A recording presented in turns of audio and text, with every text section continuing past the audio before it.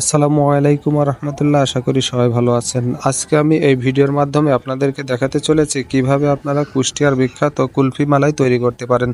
তো এই ভিডিওটি যদি আপনারা না টেনে দেখেন তাহলে কুষ্টিয়ার বিখ্যাত কুলফি মালাই কিভাবে তৈরি করতে হয় তার বিস্তারিত ধারণা চলে আসবে। তাই ভিডিওটি না টেনে দেখতে থাকুন। আচ্ছা, প্রথমে যে টোস্ট দিয়ে দিলেন, হ্যাঁ, এই টোস্টটা দিলে কি হয়? দুধটা ঘন হয়। হ্যাঁ,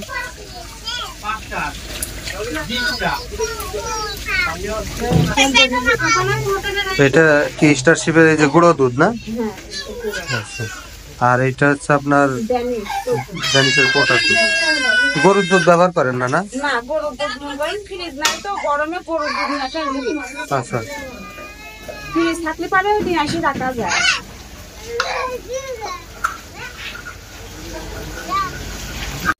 এবারে যে কৌটার দুধ দিয়ে দিলেন, তাই তো?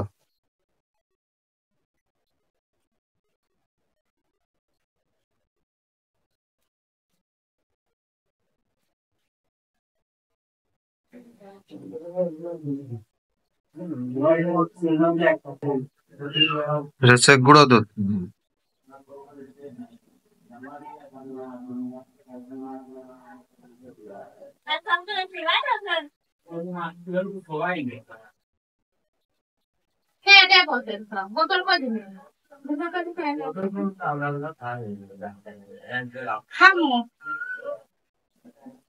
এরপর আর কি কি মিশাবেন?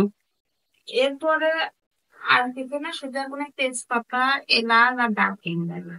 তারপরে হচ্ছে উতলালি পারে পরিমাণ মতো চিনি দিবেন তো নাকি? হ্যাঁ, তখন যখন ধরবে তখন হচ্ছে চিনি যাবে আর কিশমিশ দিবেন।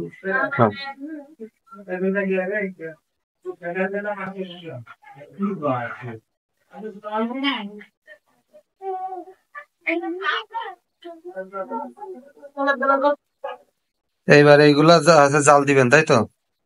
মোটামুটি কতক্ষণ লাগে জাল দিতে?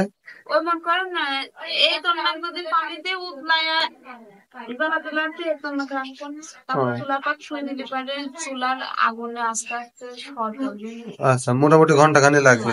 আচ্ছা ভাই, এই যে আপনাদের যে ইয়াটা তৈরি করলেন, এটার ভিতর হ্যাঁ, কুলফি আইসক্রিমের জন্য যে তরলটা তৈরি করলেন, এই যে তরলটা তৈরি করলেন, এটা তো মূলত আমরা জানি যে দুধ দিয়ে তৈরি করা হয়, গরুর দুধ, মানে যেটা খাঁটি গরুর দুধ।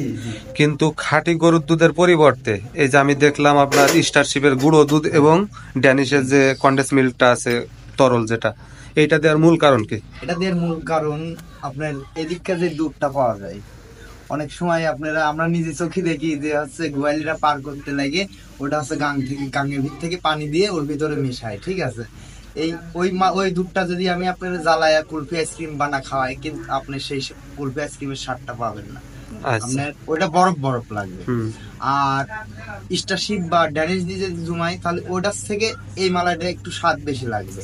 আর যদি অরিজিনাল গরুর দুধ হয় পিওর একদম, তাহলে ওইটা তো আরো বেটার হবে, সবচেয়ে ভালো হয় ওইটা, মূল্যটা। কিন্তু আপনারা বাধ্য হয়ে আপনারা এই যে গুঁড়ো দুধ এবং তরল যেটা এটা দিচ্ছেন, ড্যানিশের এই দুধটা। আচ্ছা, মানে ইচ্ছাকৃত না। আর এটা তো আপনার গরুর দুধই, ঠিক আছে, কিন্তু এটা কি প্রসেসিং করে আপনি প্যাকেটে করে, আর ওইটা হচ্ছে ডাইরেক্ট গরু দুয়ায়ে তারপরে আছে নিয়ে আসে। কিন্তু এটা বিশ্বস্ততার কারণে আপনারা গরুর যে ডাইরেক্ট দুধটা এটা নিতে পারেন না। আচ্ছা, খাঁটি গরুর দুধ পান না বিধায় আমরা নিতে পারি না। আচ্ছা আচ্ছা, ঠিক আছে। খাঁটি গরুর দুধ পাই তাহলে তো কোনো সমস্যা, ওইটারও স্বাদ ভালো হয় এবং গুণগত মানও ভালো হয়। আচ্ছা, ঠিক আছে, ধন্যবাদ। হ্যাঁ, মানে খরচ বেশি পড়লেও তো আপনার ওটা ব্যাপার না, কিন্তু মেন ব্যাপার হচ্ছে যে আপনার খাঁটি দুধটা আপনারা পান না। আচ্ছা, তাহলে এইভাবে এই দুধ কতক্ষণ জ্বালানো লাগে? 3-4 ঘন্টা, মানে পরিমাণের উপর নির্ভর করে নাকি? দেখতেই পাচ্ছেন এখানে কুষ্টিয়ার সেই বিখ্যাত কুলফি আইসক্রিমের যে প্রসেসিং এর কাজটাই সেটা চলছে। আপনারা প্রতিদিনই তো এভাবেই বানান নাকি? আচ্ছা ভাই, আপনার তো বাসায় তেমন ফ্রিজ টিরিজ দেখলাম না, তাহলে এটা জমান কিভাবে? এই যে এত সুন্দর করে যে শক্ত বরফ নিয়ে যান আমাদের, খাওয়ান, এই বরফগুলো কিভাবে এইভাবে শক্ত করেন? এটা সকালবেলা আপনার যেভাবে দেখলেন না দুধটা তরল, জি জি। এটা সারা রাত থাকবে। আচ্ছা, এটা জ্বালানোর পরে সারা রাত জি, থাকবে? এটা জ্বালানোর পর সারা রাত থাকবে, ঠান্ডা হবে। সকালে চিনি দিব, জি দিয়ে সুন্দর করে এই কৌটার ভিতরে ভরে জি। তারপরে আপনার বরফ ফ্যাক্টরিতে যাব। আচ্ছা বরফ বরফ নিব 2 পাটা, 1 প্যাকেট লবণ দিব। লবণটা বরফের ভিতর সুন্দর করে কুচি কুচি করে বরফটা ভেঙে সুন্দর করে লবণ দিয়ে মনে করেন 20 মিনিট আধা ঘন্টায় হাঁড়িটা সুন্দরভাবে ঝাঁকাবেন। ওইভাবে ঝাঁকাইতে হবে। তাহলে ওইভাবে ঝাঁকাইলে 20 মিনিটের ভিতরে আপনার কুলফি মালাই রেডি। রেডি। তাহলে তো খুব সহজ প্রসেস, কিন্তু খাটনি আছে, পরিশ্রম আছে আর কি। আচ্ছা আচ্ছা, ঠিক আছে। পরিশ্রম আছে, কষ্টের পরেই সুখ, আমি তখনও বললাম। ঠিক আছে ভাই, ধন্যবাদ। আচ্ছা ভাই, আসুন। আচ্ছা। বরফ পানি হয়ে গেছে, বরফ পানি হয়ে গেছে, এই কারণে এই বরফের পানিগুলো ফালাই দিচ্ছে। পুনরায় আবার বরফ ভরে বাকি যে আইসক্রিম গুলো আছে এগুলো আবার অন্যখানে বিক্রি করে তারপরে সে বাসায় যাবে। কঠিন টেকনিক।